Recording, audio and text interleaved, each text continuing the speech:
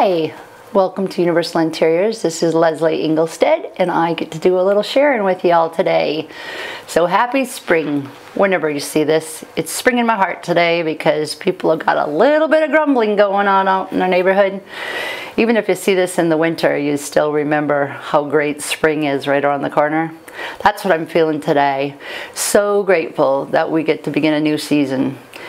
But something kind of triggers me along this. Sometimes people say, boy, I just need the sunshine. That really helps me get over my feeling. You know, I asked the science teacher today about, so is it light or is it sunshine or what is it when we get the doldrums? Because everybody kind of hits it. And she said, well, light is what you really are needing.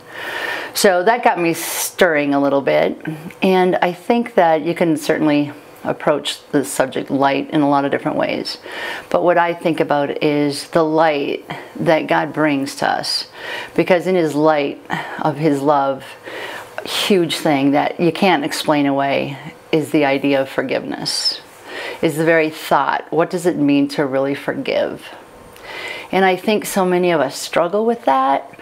I think we've just had it from little person to say you're sorry now. And you could really be humble and say you're sorry, or you could just say, yeah, I'm sorry, so you don't get any punishment, or you get your reward, or now you can go take a trip, or whatever it might be. But forgiveness is a pretty big deal. And as we get older, you have to kind of start peeling it away, because I think we get stuck. And there's a lot of reasons I think that forgiveness needs to be approached, but nothing more than understanding, I think, of the God that I serve and hopefully you serve. Because you see, our God is that of forgiveness. He's that of love, but no other God, no other person, place, or thing can replace the God of love that says, I forgive. I forgive. And not only forgives, forgets. Honestly, His word teaches us as far as the east is from the west, gone. So what gets stuck in us that we have to hold on to something? Or maybe it's about just yourself. Why can't you forgive yourself? But lots of times I'm afraid it's about forgiving others. But when we do this, when we understand what forgiveness really is, we can have such confidence that God really has forgotten. And because of that, we can approach Him on anything. I think that we need to stop and ponder that. Because if this world could understand what forgiveness is, we wouldn't be so uptight. We wouldn't be so always in this clash, maybe politically or religiously or however we want to get kind of our dukes out. It's about forgiveness. Because we might not understand why that person has that perspective. Why did that person ever get that way? Why does he look that way instead of this way?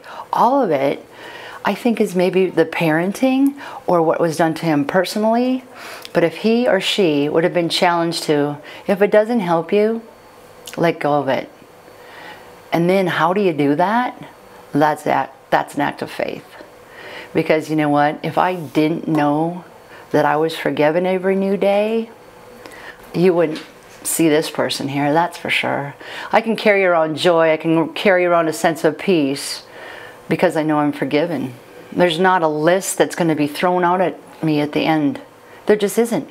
Because that's what Jesus is all about. Whatever you might think of Christianity, there's nobody like Jesus. Not even one religion out there that can say that. You see, because He did it for us. And this time of year right now, settling in, and it's Easter season for many, I think that they just got to get a hold of this forgiveness. See, we can approach, God's Word tells us, confidently at the throne of grace. The book of Hebrews says, oh, there's many places. But that we can come humbly as a child. Why? Because we're forgiven. Think about that, mom, dad, grandma, grandpa, brother, sister, whoever might be listening. If you knew you were forgiven and forgotten and nobody's going to pull that old guy up out of the attic and remind you what you did do or what you didn't do, what you should have or you shouldn't have done, how free would that be? How free would that make you? That would create in you this newfound desire and passion and joy for living out our daily walk. You see, that's why forgiveness is so huge.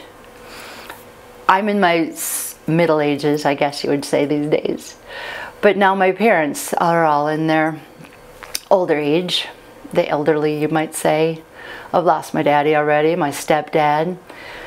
But I'm looking at where my parents are right now, and I just hope in my whole being that they have a full-on understanding of forgiveness. See, it doesn't matter if you're 80, 90, or the 50-ish, or even at 5.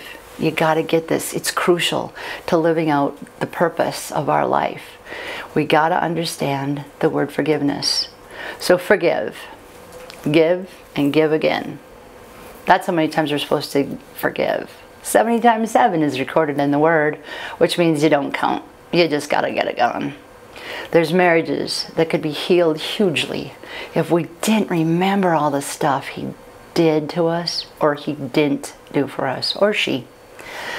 But it's an understanding of the word forgiveness that our faith will, and again, as I get to share, I'm not sure where y'all sitting.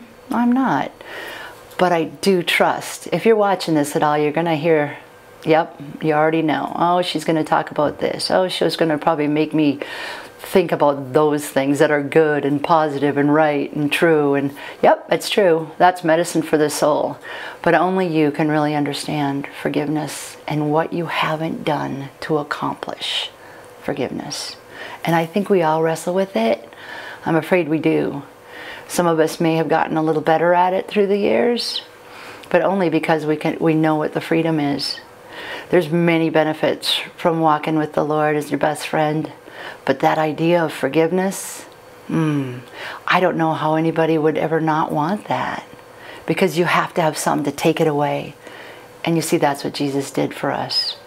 He said, my Father's going to see you through my blood, through the price that was paid. He can see a pure now. He can see this pure child, not the one that's got a list really long of things I haven't done right and that I know better. But I ask Him to forgive me, right? Forgive us this day. Yep. We forgive those who trespass against us.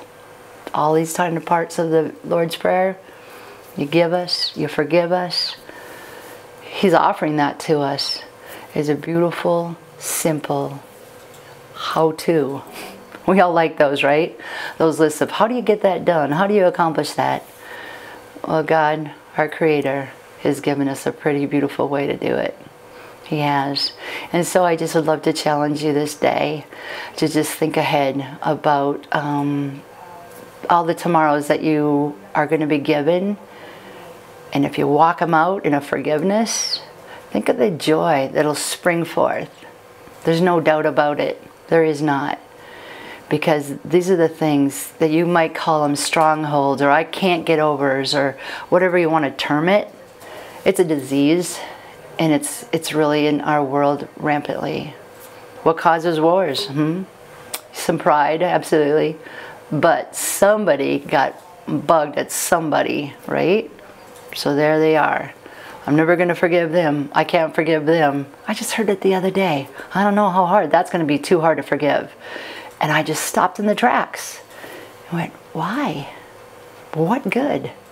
They say that lots of times cliche-like, and may say, the only person that's hurting is you.